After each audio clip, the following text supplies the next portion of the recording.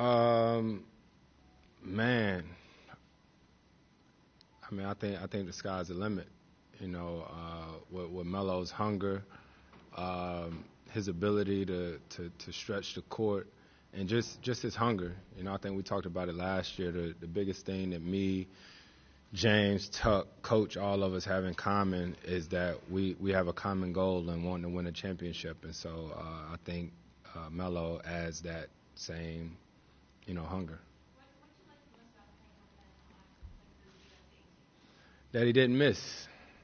You know what I mean? Like when you play those USA teams, um, Melo was always so aggressive. The way that we played and things like that. But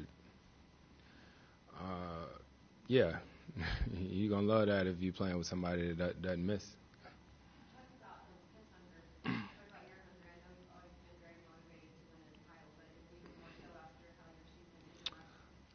No, tell you the truth, it's gonna be the same. You know what I mean? I think one thing that changes is maybe you know routine and all that different type stuff, but approach and mindset that doesn't change. That doesn't change no matter how well or how bad it goes. It goes.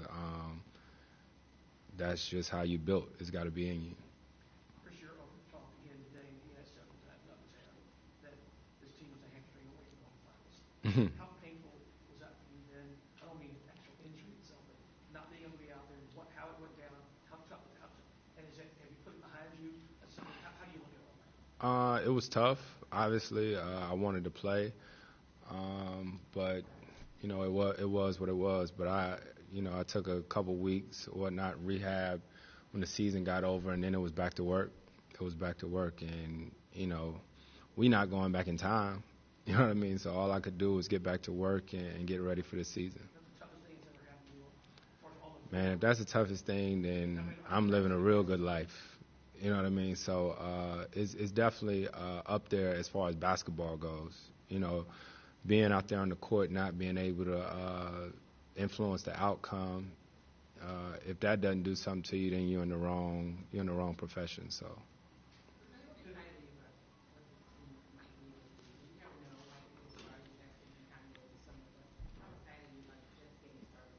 I'm always excited. I'm always excited. Year 14 for me, that's a blessing in itself.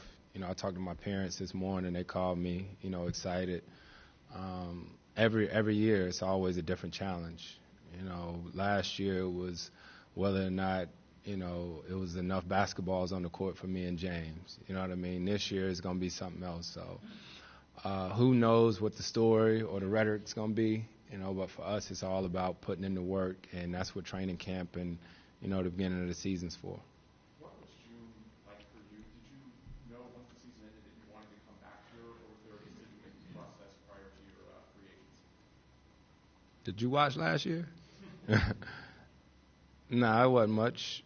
I mean, seriously, I've said it before.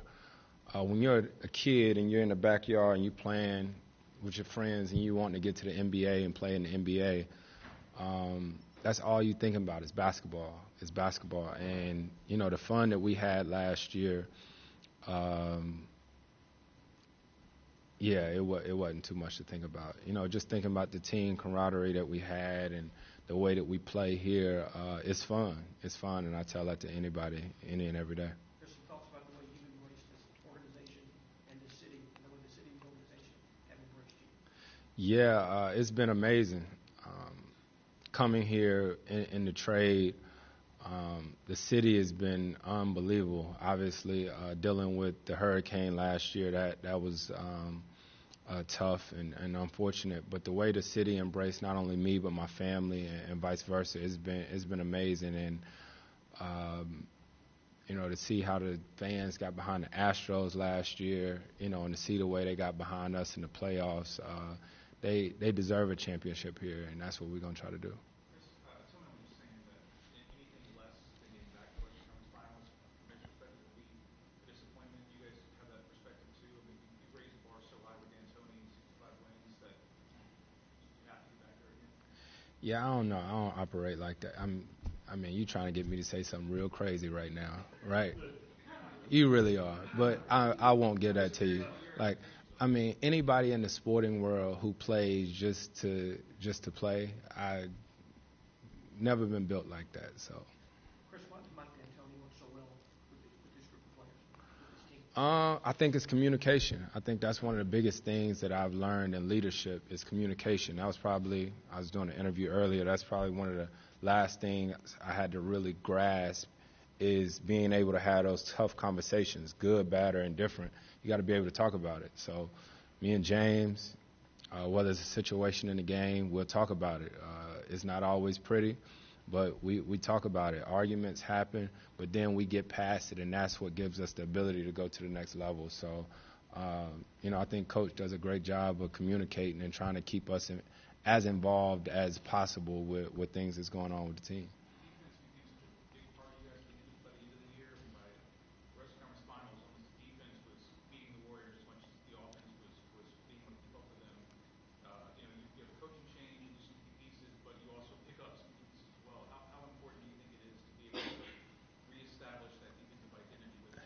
Yeah, I think it's funny because, I mean, that's what happens when, other people get a chance to tell your story. But from day one last year, our defense is what we focused on. You know what I mean? Everybody just wanted to talk about us playing fast and shooting threes, but defense was our focus last year from day one with Camp, with Tuck, with Trevor, with Luke, and all of us. And that's why our team was as good as we were last year. Obviously, losing the pieces that we lost, we added a bunch of really good guys. I think James Ennis, Michael Carter-Williams, all these different guys I think will come in and fit in because the way that we operate with our team, with what we built, it was all about culture. And if you think you're going to come in our team and not play defense, Tuck got another thing coming for you. You know what I mean? So as we talked about last year, it was all about building the culture, and I think, we've done that, and we're going to see.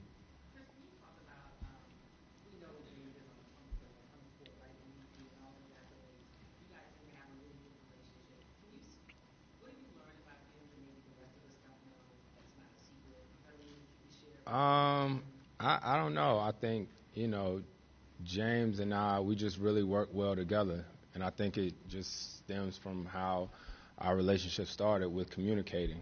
You know what I mean? And, he's fun. And the biggest thing that we both have in common is we love to be in the gym. When you got somebody that just loves to play basketball as much as James, people will see, the step backs or the Euro steps and all that. When you play on our team, if you're watching a game and you see him make a tough step back, everybody like, wow. But we expect that because he practices it. We have guys that just stay in the gym. And, when you have a guy like that, and he wins the MVP, everybody on our team didn't go crazy. It was like you sort of expected. Chris, Mike, tell us why P.J. Tucker is so special. From your point of view, why is P.J. so special? Tuck, I ain't going to be none of that. Just, I ain't going to be up here just going all crazy on Tuck. But I've known Tuck since I was 10 years old.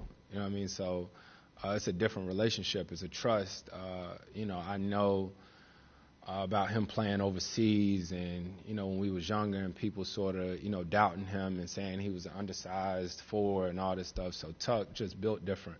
It might be him being from North Carolina too.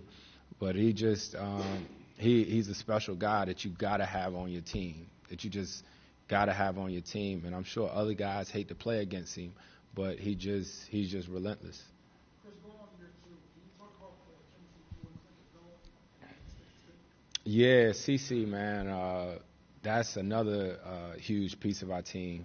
I don't know what the record was or whatnot when CC played and when he didn't play, but his ability to be at the rim and be defensively our backbone was huge. And I'm so happy he got his contract this summer. It was well-deserved.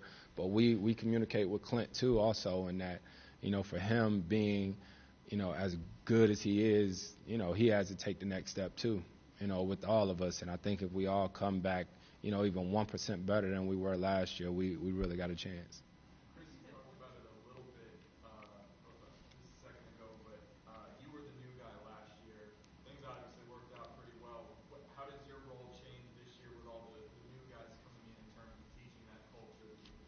Yeah, I think we just got to communicate it and talk to them as much as possible. For me, last year, I remember our very first team meeting, Coach showed a diagram of the best shooting game last year, and it was only 2 mid-range shots. You know what I mean? So early in the season, I was sort of getting to the elbow and, I might just need to circle out. But communicating, Coach came up to me and was like, play. He was like, hoop. You know what I mean? And I think that's when I got more comfortable at just taking whatever shot was there. But then you just figure it out. And the best part about it is nobody knows how many shots you've attempted all game long. We just play hard and we play together. And at the end of the game, we won. That's cool.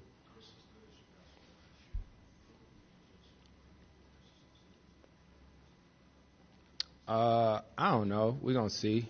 One thing that I don't do when I walk in the locker room is ask everybody for their birth certificates. You know what I mean? Like, seriously, I know what you're saying about younger guys, but I don't know, but we'll see. Last question, guys. With 14 years in, you said it's a blessing to be here. You always have the same kind of mindset and intensity. What is it that you do to take the next step? I mean, is there something that you said, okay, this year I need to do more of? Is there something?